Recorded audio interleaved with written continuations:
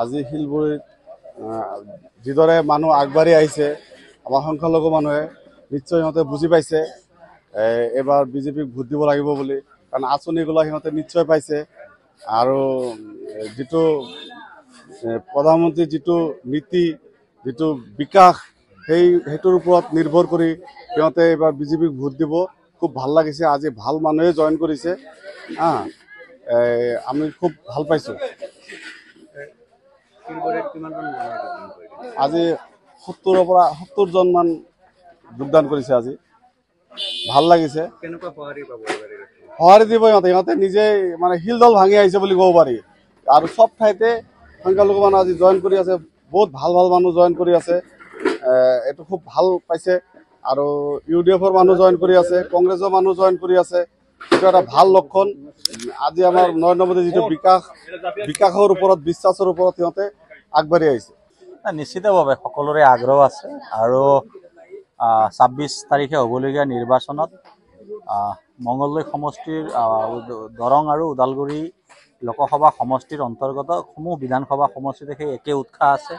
আৰু ৰাইজে এইবাৰ যোৱাবাৰ যেনেকৈ প্ৰায় 1,40,000 ভোটত দিলীপ শইকীয়া ডাঙৰীয়াক, নৰেন্দ্ৰ মোদী ডাঙৰীয়াক প্ৰধানমন্ত্ৰী হ'বলৈ যেনেকৈ সহায় সহযোগিতা আগবঢ়াইছিল, এইবাৰ তৃতীয়বাৰৰ বাবেও মাননীয় নৰেন্দ্ৰ মোদী ডাঙৰীয়াক ভাৰতৰ প্ৰধানমন্ত্ৰী হিচাপে অধিষ্ঠিত কৰিবলৈ দিলীপ শইকীয়া ডাঙৰীয়াৰ জৰিয়তে ৰাইজে বিপুল ভোটদান কৰিব।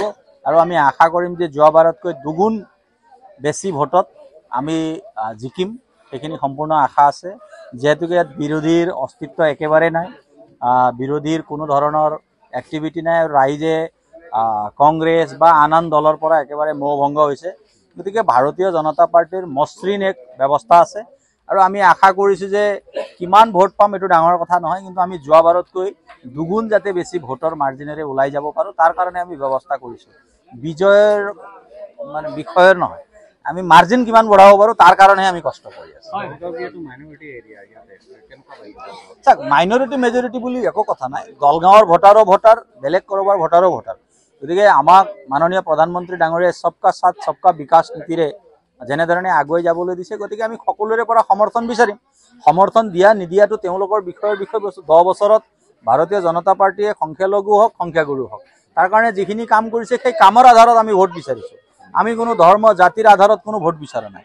আমি যোৱা 10 বছৰত মাননীয় প্ৰধানমন্ত্ৰী আৰু মাননীয় হিমন্ত বিশ্ব শৰ্মা ডাঙৰীয়াৰ যিবোৰ আহ্বান, সেই আহ্বানবোৰক যদি সঁহাৰি জনাই যদি সংখ্যালঘু লোকসকলে সঁহাৰি দিয়ে, তেতিয়াহ'লে সেইটো সংখ্যালঘু লোকসকলৰ কল্যাণৰ কাৰণেই ভাল হ'ব, কল্যাণ হ'ব। গতিকে তাত তেওঁলোকে সঁহাৰি দিয়াটো ইম্পৰ্টেণ্ট। গতিকে আমি আশা কৰোঁ মাননীয় প্ৰধানমন্ত্ৰী ডাঙৰীয়াৰ সবকা সাথ সবকা বিকাশ নীতিক আৰু মাননীয় মুখ্যমন্ত্ৰী ডাঙৰীয়াই সংখ্যালঘুসকলৰ যিখিনি বিষয়ক লৈ তেখেতে কথা কৈ আছে সেইবোৰ কথাত যদি সঁহাৰি দিয়ে, তেতিয়াহ'লে নিশ্চিতভাৱে আগন্তুক দিনত ভাৰতীয় জনতা পাৰ্টিয়ে তেওঁলোকৰ পৰা সঁহাৰি পাব।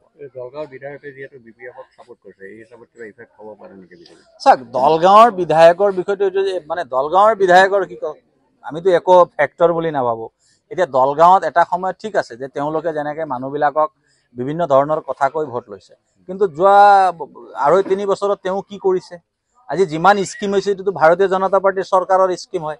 আজি আপুনি প্ৰধানমন্ত্ৰী আৱাস যোজনা, এইটোতো UDF আৱাস যোজনা নহয়। আজি যিসকলে PM কিষাণ যোজনা, এইটোতো বেলেগে দিয়া আঁচনি নহয়, এইটো প্ৰধানমন্ত্ৰীৰ পৰা অহা। গতিকে মাইনৰিটি মানুহে যিবোৰ স্কিম পাইছে এইটোতো UDFৰ কি স্কিম আছে? মুজিবুৰ ৰহমানে কি স্কিম দিছে? আজি দুখীয়া মানুহৰ কাৰণে সহায় সহযোগৰ কাৰণে সকলো পইচাটো বিজেপি গভৰ্ণমেণ্টৰ। এতিয়া কথাটো হ'ল কোনোবা আজমল ডাঙৰীয়ে কিবা পইচা দিছে নেকি তেওঁলোকৰ স্কিমৰ কাৰণে? আজি মাইনৰিটি মানুহৰ কথা লৈ তেওঁলোকে ইমান কথা কয় যে মুজিবুৰ ৰহমান ডাঙৰীয়ে তেওঁলোকে পইচা কিমান দিছে, এইটোৱে ডাঙৰ কথা। কিন্তু আমিতো আজি যিমান দেখিছোঁ মাইনৰিটি অঞ্চলতো প্ৰধানমন্ত্ৰী আৱাস যোজনাৰ ঘৰ চলি আছে, মানে মোদীজীৰ কাম চলি আছে। প্ৰধানমন্ত্ৰী গ্ৰাম সড়ক যোজনা, মোদীজীৰ কাম চলি আছে। PM কিষাণ যোজনা, মোদীজীৰ কাম চলি আছে। আয়ুষ্মান ভাৰত যোজনা, মোদীজীৰ কাম চলি আছে। এতিয়া কথাটো হ'ল UDFে কি কৰিছে? মুজিবুৰ ৰহমান ডাঙৰীয়ে কি কাম কৰিছে? আমাৰ বিষয়বস্তুটো তেওঁ MLA, ভুলতে MLA হৈ গ'ল, তো আমাৰ বিষয়বোৰ তেখেতে বিলোৱাৰ কামটো কৰিছে, তাতকৈ বেলেগ একো কৰা নাই। এতিয়া বিলোৱা যেন ডাঙৰ নে দিয়া যেন ডাঙৰ? গতিকে সংখ্যালঘু ৰাইজেও বুজি পাইছে যে দিছে মোদীয়ে, দিছে হিমন্ত বিশ্ব শৰ্মা ডাঙৰীয়াই। এতিয়া বিলোৱা মানুহজনক কিয় ৰাখিব মানুহে যদি ডাইৰেক্ট কানেক্ট পাব লাগে বিজেপি গভৰ্ণমেণ্টৰ পৰা? গতিকে সংখ্যালঘু ৰাইজেও বুজি পাইছে এই ইনডাইৰেক্ট কানেকশ্যন হোৱাতকৈ ডাইৰেক্ট বিজেপিৰ কানেকশ্যনত কৰিলে বেছি ভাল ৰিজাল্ট পাব বুলি তেখেতসকলে গম পাইছে।